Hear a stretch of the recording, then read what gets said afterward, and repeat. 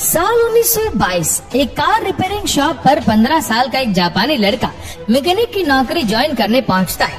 मालिक उसे गौर से देखता है और फिर वर्कशॉप की सफाई और अपने बच्चे की देखभाल का जिम्मा उसे दे देता है। लेकिन किसे पता था ये बच्चा सोचाइरो होंडा दुनिया का सबसे बड़ा मोटर बाइक और बेहतरीन कार ब्रांड होंडा का मालिक बनेगा। कहानी शुरू होती है जापान के छोटे से गांव शिजुओका से, जब साल 1906 में एक लोहार के घर सोचाइरो होंडा का जन्म हुआ। उनके पिता पार्ट टाइम में साइकिल रिपेयर का भी काम किया करते थे, जो अपने 8 बच्चों में 5 को बीमारी की वजह से पहले ही खो चुके थे और इसीलिए सोचाइरो होंडा से उनकी उम्मीदें कुछ ज्यादा थी। पढ़ाई में तो होंडा का मन बिल्कुल ही नहीं लगता था, लेकिन पिता के साथ साइकिल रिपेयरिंग के काम में उन्हें मजा आता था।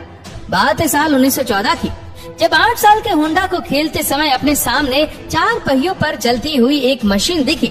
ये फोर्ड का मॉडल टी था, जिसे देखकर वो हैरान हो गए। उस गाड़ी के डिजाइन और पेट्रोल की महक उनके दिलो दिमाग पर छा गई। दरअसल उस समय जापान में साइकिल काफी पॉपुलर हो रहा था और रिपेयर के लिए उनके दुकान पर लोगों की कतार लगी रहती थी।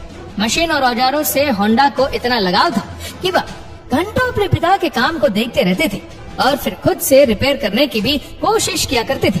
साल 1970 में जब होंडा 11 साल के थे, तब उन्हें कहीं से पता चला कि आर्ट स्मिथ नाम के एक पायलट पब्लिक के सामने प्लेन को उड़ाने वाले हैं। तो दुकान से कुछ पैसे निकालकर एक साइकिल से 20 किलोमीटर दूर मिलिट्री एयरफील्ड में उस शो को देखने निकल पड़े।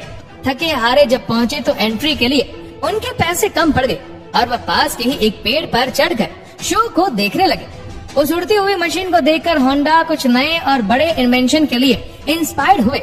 15 साल की उम्र में उन्हें न्यूज़पेपर में जॉब का एक एड दिखा, जिसमें टोक्यो की आर्ट शोकाई नाम की ऑटो रिपेयरिंग कंपनी में टेक्नीशियन की जरूरत थी। होंडा ने फौरन उस जॉब के लिए अप्लाई किया और इत्तेफाक से उन्हें पॉजिटिव रिस्पांस भी मिल गया और फिर अपना घर और पढ़ाई छोड़कर खुशी खुशी कमाने की उम्मीद लिए टोक्यो रवाना हो गए। लेकिन उनको शौक तब लगा जब उनकी उम्र और हुलिया देखकर मालिक ने उन्हें साफ सफाई और अपने बच्चे की देखभाल का काम दे दिया। उस काम को वो करना तो नहीं चाह रहे थे, लेकिन वापस गांव जाने में उन्हें शर्म महसूस हो रही थी, इसलिए वह साफ सफाई का काम तो करने लगे। लेकिन कंपनी के मालिक से हमेशा कार रिपेयरिंग का काम सिखाने का रिक्वेस्ट करते रहे।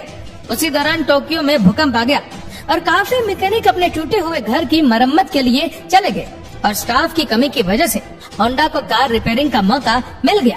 क्योंकि उन्हें शुरू से ही इस काम में इंटरेस्ट था, इसलिए वह चीजों को आसानी से समझ जाते थे। जापान में ज्यादातर गाड़ियां उस समय इंपोर्ट की जाती थी और आर्ट शोकाई शॉप में उनकी मरम्मत होती थी, इसलिए सोचाइरो होंडा को कई अलग अलग ब्रांड्स की कार और बाइक्स मरम्मत करने और उनके फंक्शंस को समझने का मौका मिला। कंपनी के मालिक यूजोसा होंडा के टैलेंट को पहचान गए थे और उन्हें अपनी ही एक दूसरी ब्रांच में काम करने के लिए भेज दिया, जहाँ रेसिंग कार तैयार की जाती थी। असल में यूजो आगे के बारे में कुछ सोचकर होंडा को टेक्निकल नॉलेज के साथ ही बिजनेस के तौर तरीके भी बताने लगे थे। साल 1923 में यूजोसा ने होंडा के साथ मिलकर रेसिंग कार डिजाइन करना शुरू किया और यूज्ड इंजन को इस्तेमाल करके पहली कार आर्ट डेमलर और फिर कर्टिस को तैयार किया और इसी कर्टिस कार ने जापानीज मोटर कार चैंपियनशिप 1924 में सबको चौंकाते हुए फर्स्ट पोजीशन भी हासिल कर लिया।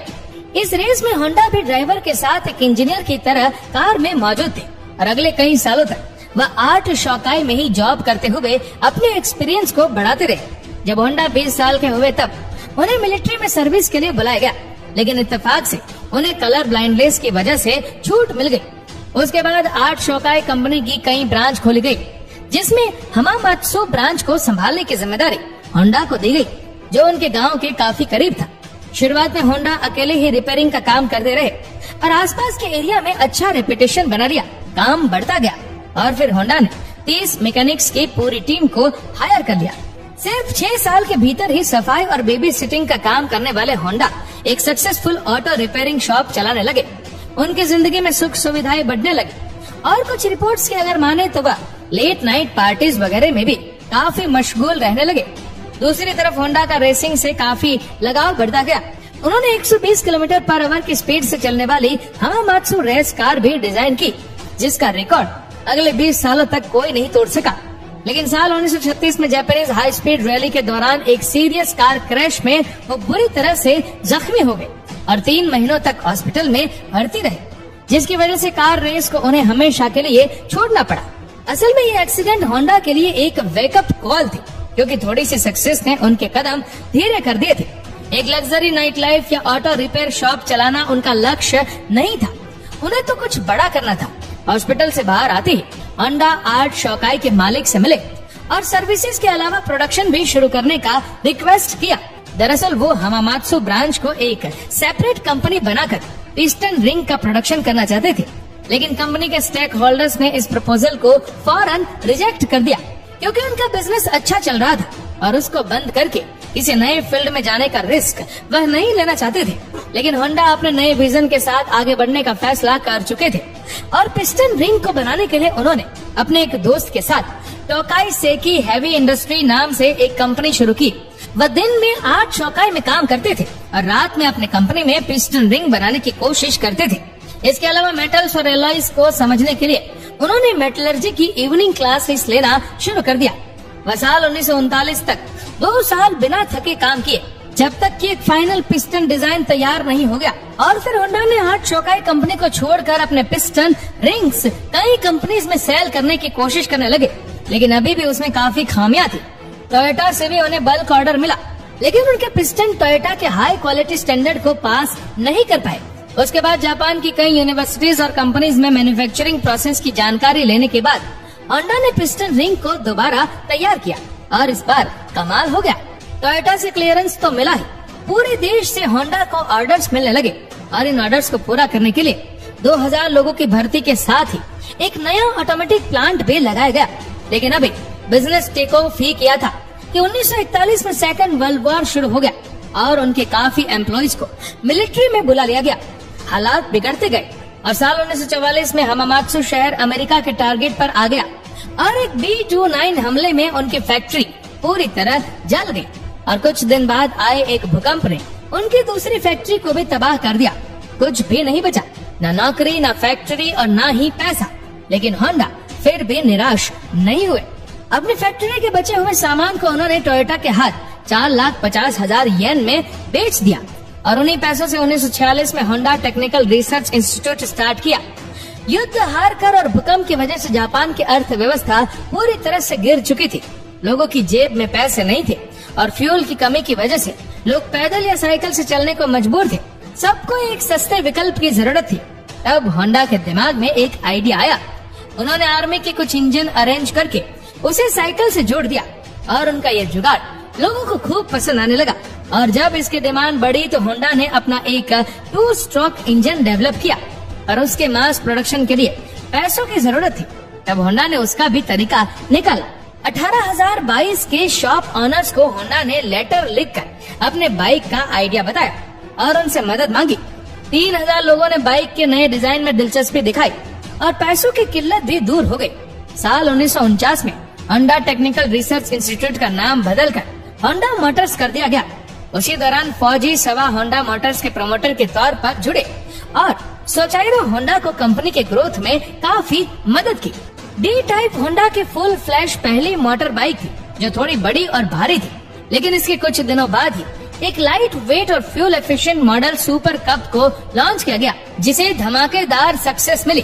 और जब होंडा ने अपना फोकस यूएस मार्केट पर किया तो उसके साथ सबसे बड़ा चैलेंज ये था कि 1960 से पहले अमेरिका में बाइकर्स की इमेज एक रफ टफ और घूमने फिरने वाले लोगों की थी, जिसे चेंज करने के लिए होंडा ने एक एक्सट्रीमली सक्सेसफुल एड कैंपेन अपने slogan you meet the nicest people on Honda से चलाया।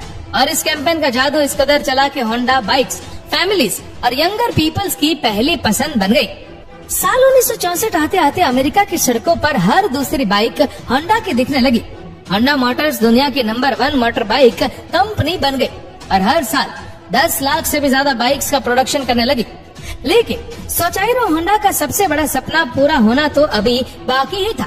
वही सपना जिसे उन्होंने आम लोगों के लिए एक अफोर्डेबल कार बनाने का।